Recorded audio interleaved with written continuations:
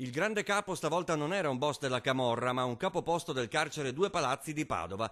L'ufficiale, 48 anni, residente a Mirano, in provincia di Venezia, già arrestato per fatti analoghi nel 2001 dalla direzione distrettuale antimafia di Napoli quando lavorava nel carcere di Avellino, comandava il gruppo di 15 persone, tra cui altri 5 agenti carcerari e un avvocato veneziano del foro di Rovigo, arrestati dalla squadra mobile di Padova per spaccio di droga e corruzione di pubblico ufficiale. Telefoni cellulari, SIM card, palmari e stupefacenti, tra cui eroina, cocaina, hashish e metadone, entravano nelle celle di 2 detenuti rinchiusi a Padova per associazione mafiosa.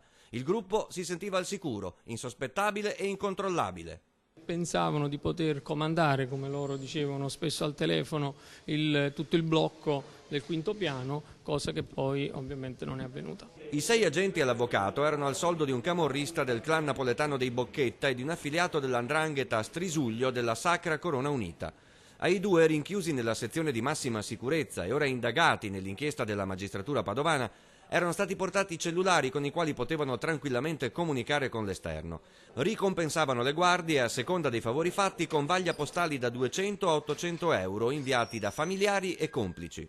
Queste persone devono essere espulse dal corpo, poi vedremo in un futuro, dipende, intendiamoci, se saranno condannate o meno, perché chiaramente la presunzione di innocenza vale per loro come per tutti, però devono essere espunte dal corpo. Secondo gli inquirenti, il capoposto di polizia penitenziaria avrebbe gestito con altri colleghi anche il traffico di droga all'interno del carcere, permettendo a detenuti, soprattutto albanesi e magrebini, di svolgere parallelamente un loro microspaccio con altri reclusi.